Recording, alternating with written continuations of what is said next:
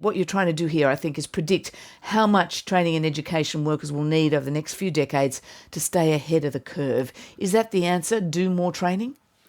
Look, it is. I think that is the answer. As you say, lots of Australians are worried about whether they'll have a job in 5, 10, 15, 20 years. We hear lots of reports about automation, about machines coming into the labour market. And what this report does is it says, well, if our jobs are changing, how do our skills need to change? Okay. What skills do we need and how are we going to get them? Okay, so I want to come to how do our skills need to change. You're looking at time we spent reskilling. What did you find there at that basic building block?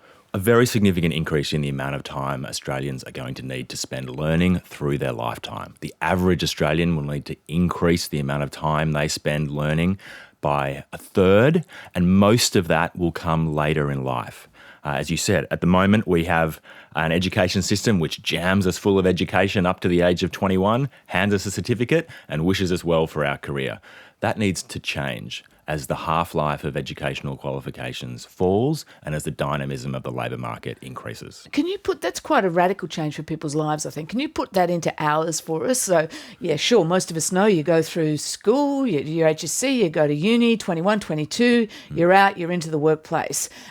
What sort of hours over the next 30 years, say 40 years, does your report find will need to be spent formal training and skilling is what we're talking about? Correct. So the report shows that the average Australian will need an additional 3 hours per week during their post-education working life, doing reskilling, retraining. And the reason that they need that is twofold. One is we'll be increasing the number of jobs we have in our lifetime, and as we change jobs, we do different tasks and we need new skills for those tasks. However, the message of the report isn't just that automation affects some jobs, it affects every job. No matter what you do, you'll be doing it differently.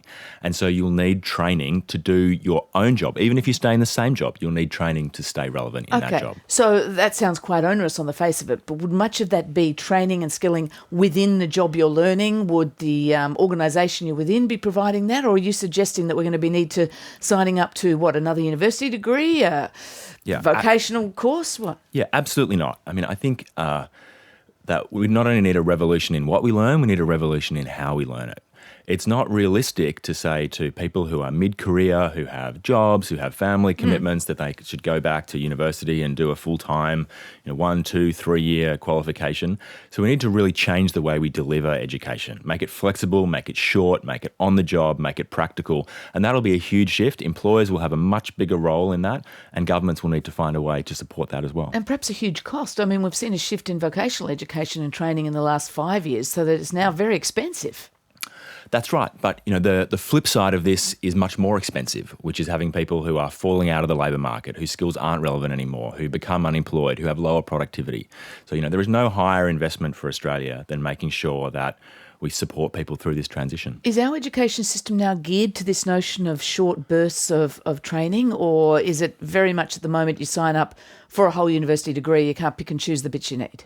It's still very much focused on a whole university degree. Look, a Cert 3 or a Cert 4. Or a Cert 3 or a Cert 4. Look, there is lots of innovation. There are lots of exciting new things happening and lots of changes at the university and vocational level.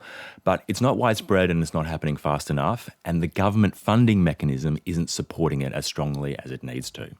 And so that will be and employers, I should say, as well, aren't supporting it as much as they need to as well. So there's a huge mindset shift as we move from a world of certificate-driven education to constantly topping up education. You're listening to RM Breakfast. Our guest is economist Andrew Charlton. He's the director of AlphaBeta. They've just done this report into the future of work and talking about an education revolution, a reskilling revolution.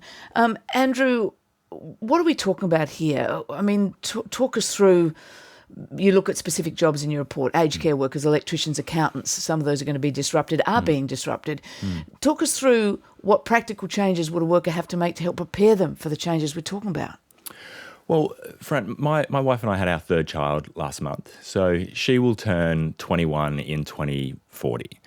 And I think there's lots of concern out there that by 2040, lots of the jobs that we have now will have disappeared, that people in her graduating class will struggle to find work. And the message of this report is that in that graduating class of 2040, the young Australians will move into the labour market. They'll be doing different things to what we're doing, but if they have the right skills, they will still find a lot of meaningful work. And the skills that they will require, and this I guess is the key message of the report, are the skills that make them work with machines rather than trying to compete with machines. Probably my daughter will use as much of her EQ as her IQ in the workplace. She will use skills that machines aren't good at doing, like adaptability, creativity, originality, teamwork, leadership. Those are the skills of the future that humans will do as machines become more capable in the traditional skills. So this is important. What you're not saying we all have to go and learn coding. You're not saying that we all need to learn, internet skills, social media skills, all those things at a high level. What you're saying is we need to work out as a nation and as individuals what will position us to be able to work and input different things into a workplace that might be, fueled by robots, for instance. And that is what? Empathy, for instance? How do you learn that? Exactly. That's exactly right. I think we make a mistake if we think, computers are becoming more capable. We need to get skills to do what computers do. We need to do almost the opposite of that.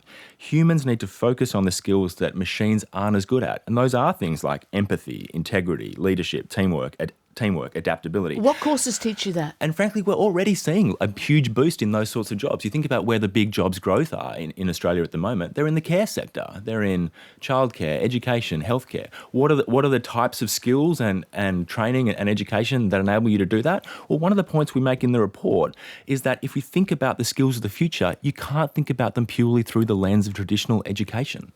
If you think those are the important skills, which we do, teamwork, adaptability, originality, creativity, we need to think about learning in a much broader sense than just going to school, going to TAFE, going to university. This is a responsibility that we have as families, as communities, as sporting organisations. So we need to be perhaps teaching more broadly things like resilience. Resilience, I think, is a really important one. So this is about curriculum, but it's also about pedagogy, and it's also about life outside the classroom. See, it's interesting. Some of those jobs you mentioned are low-paid jobs, childcare workers, Correct. aged care workers. They're low-paid jobs. People listening might want to say, well, that's not my ambition, is not to go work in a low-paid sector. So I'm going to do the coding because I want to be paid more.